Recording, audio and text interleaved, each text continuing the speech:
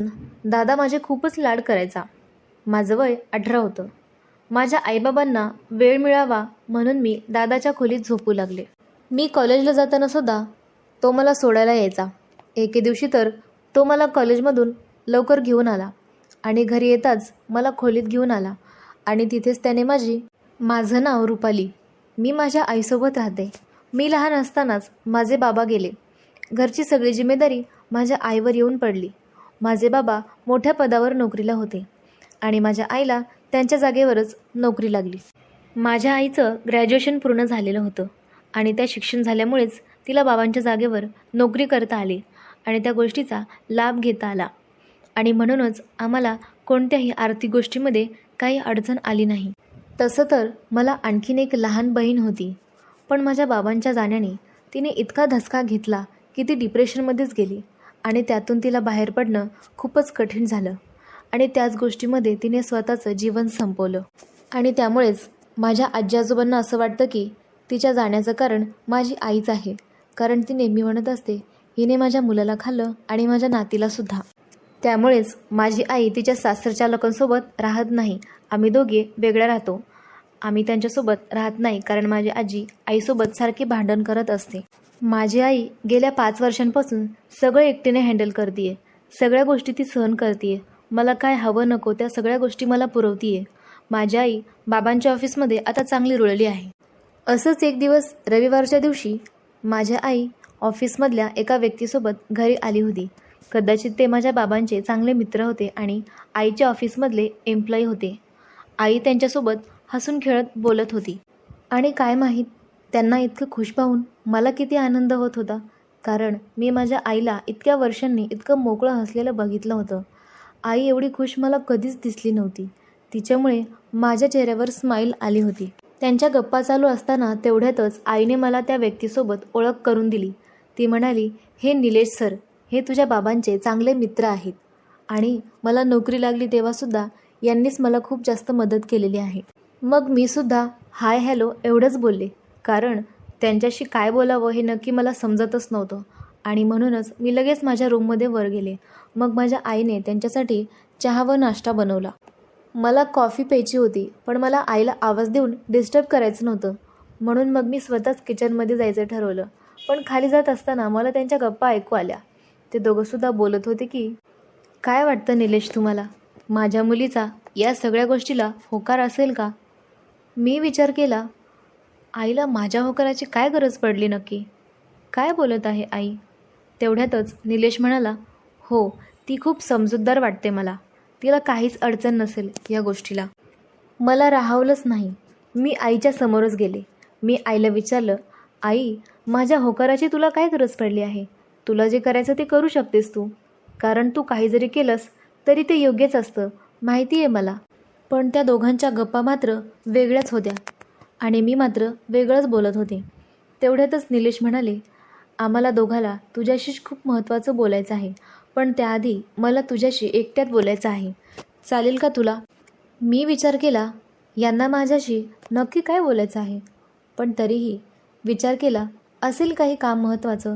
असा विचार करून मी त्यांच्यासोबत आमच्या घराच्या गच्चीवर गेले आणि तिथे त्यांनी माझ्याशी बोलायला सुरुवात केली. ते म्हणाले, मला मुद्द्यावरच बोलायचं आहे. मी डायरेक्ट मुद्द्याचंच बोलतो. हे बघ रुपाली, तुझ्या बाबांचा चांगला मित्र आहे मी आणि तेव्हापासून तुझ्या आईला आणि तुझ्या बाबांनासुद्धा मी आणि म्हणूनच मी आणि तुझ्या आईने लग्न करायचं ठरवलं आहे. आमचं एकमेकांवर खूप प्रेम आहे. खरं तर या गोष्टीला 2 वर्षे होऊन गेली, पण तुला सांगण्याची हिंमतच होत नव्हती. मी हे सगळं केव्हाच येऊन सांगणार होतो, पण तुझ्या आईने मला अडवून ठेवलं होतं.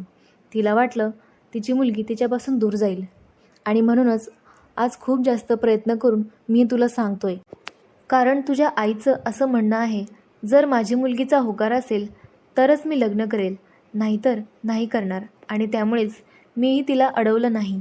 म्हणूनच आज मी तुझ्याशी बोलायला आलो आहे. तुझा होकार असेल तरच आम्ही लग्न करू, नाहीतर आम्ही हे नातं इथेच संपवू. निलेश माझ्याशी बोलताना एकदम बिनधास्तपणे बोलत होते.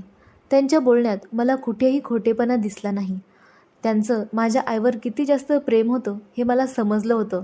त्यांच्या बोलण्यातच मला दिसून आलं होतं. मी काहीच विचार न करता फक्त हो म्हटलं. मला काहीच प्रॉब्लेम नाही तुम्ही जर दुसरं लग्न केलं, मला तर उलट आवडेल, एवढंच मी बोलले. कारण की यावेळेला मी माझा विचार न करता माझ्या आईचा विचार केला होता, तिच्या आनंदाचा विचार केला होता. तिलासुद्धा हक्क आहे आनंदी राहण्याचा, दुसरं लग्न करण्याचा. तिने माझ्यासाठी आत्तापर्यंत इतकं सहन केलं आहे आणि त्यामुळेच मी आनंदात हो म्हटले. माझ्या आईचं निलेशसोबत अगदी थाटामाटात लग्न झालं. आईला इतक्या वर्षांनी आनंदी बघून तर मला खूपच जास्त आनंद झाला होता. निलेशला आई नव्हती, पण वडील मात्र होते. म्हणजेच माझ्या आईचे नवीन सासरे आणि माझे नवीन आजोबा. लग्नानंतर मी जेव्हा आईसोबत त्या नवीन घरामध्ये गेले, तेव्हा कदाचित माझ्या नवीन आजोबांना म्हणजेच निलेशच्या वडिलांना माहीतच नव्हतं की त्यांच्या मुलांनी ज्या मुलीसोबत लग्न केलं आहे, तिला अगोदरच एक मुलगी आहे आणि ऑलरेडी तिचं लग्न पण झालेलं आहे. या गोष्टीचा त्यांना नकार नव्हता. पण त्यांना जेव्हा कळालं की तिला मुलगी आहे आणि तीसुद्धा एवढी मोठी आहे, त्याच्यानंतर त्यांच्या वागण्या बोलण्यामध्ये खूप जास्त चेंज आला होता. पण त्यांनी तो जास्त दिसू दिला नव्हता. ते तर माझ्याशी नीटच वागत होते, पण हळूहळू ते माझ्याशी खूप उद्धटपणे बोलू लागले. आणि मी जर त्यांना काही विचारलं तर ते मुद्दामून मला इग्नोर करायचे. मी विचार केला, जाऊ द्या, आपण आपल्या आईसाठी या सगळ्या गोष्टी टाळल्या पाहिजे आणि त्यामुळेच मी दुर्लक्ष करू लागले. थोड्याच दिवसांनी तिथे निलेशच्या भावाचा मुलगा आला आणि निलेशने म्हणजेच माझ्या नवीन बाबांनी ओळख करून दिली की हा तुझा मोठा भाऊ आहे, तुझ्याहीपेक्षा मोठा आहे आणि इंजिनिअरिंग पूर्ण करून आलेला आहे आणि याचं नाव सुहास आहे. तुला काही जरी अडचण आली तर तू याला बिनधास्तपणे विचारू शकतेस, हा तुला मदत करेल. तेव्हा माझे बाबा आमची ओळख करून देत असताना माझे आजोबा लांबूनच पाहत होते आणि त्यांच्या चेहऱ्यावर खूपच राग दिसून येत होता. माझ्या आईबाबांना लग्न होऊन 1 महिना झाला होता. म्हणजेच त्यांच्या लग्नाच्या 1 महिन्याची ॲनिव्हर्सरी होती आणि त्यासाठीच त्यांना सेलिब्रेशन करायचं होतं. म्हणून ते एका हॉटेलमध्ये जेवायला गेले. त्या दोघांनी मलासुद्धा यायला फोर्स केला, पण मला त्यांना डिस्टर्ब करायचं नव्हतं म्हणून मीच नको म्हटले आणि हे त्यांच्या लक्षात आलं. म्हणून मग तेही मला जास्त काही बोलले नाही. त्याच रात्री सुहासचं सुद्धा काही काम होतं आणि म्हणूनच तो बाहेर गेला होता. पण त्याने जाताना मला सांगितलं होतं की दार लॉक करू नकोस, माझं काम लवकर झालं तर मी लगेच येईल. एवढे बोलून तो गेला आणि माझे नवीन आजोबा हे घरातच होते. कदाचित ते माझ्यावर लक्षच ठेवून होते की कधी कोण बाहेर जाते आणि मी एकटी सापडेल त्यांना. सुहासने सांगितल्यामुळे मी दार लॉक केलं नव्हतं. मी रूममध्ये जात असतानाच अचानकच आजोबा माझ्या समोर आले. मी त्यांच्याशी काही बोलणार इतक्यातच त्यांनी माझ्या तोंडावर पाण्यासारखं काहीतरी लिक्विड टाकलं, ज्याच्यामुळे मी लगेच बेशुद्ध झाले आणि जमिनीवर पडले. मी बेशुद्ध होताच ते मला खेचत एका रूममध्ये घेऊन जाऊ लागले. मला रूममध्ये घेऊन गेल्यावर त्यांनी मला एका खुर्चीवर बसवलं आणि मला दोरीने बांधलं. परत त्यांनी मला 2-3 कानाखालीसुद्धा मारल्या. मी शुद्धीत नव्हते, पण मला फक्त माझी आई आठवत होती आणि मी रडतच होते. आणि अचानकच सुहास घरामध्ये आला. दार लॉक केलं नव्हतं म्हणून तो सहजासहजी घरामध्ये आला आणि हा सगळा प्रकार त्यांनी बघितला. त्यांनी लगेचच माझ्या आईबाबांना फोन करून घरी बोलावून घेतलं.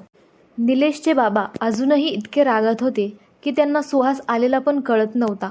ते फक्त माझ्याकडे रागानेच बघत होते. त्यांचा माझ्यावर एवढा राग का होता हे मलाच कळत नव्हतं. थोड्याच वेळात माझे आईबाबा घरी आले.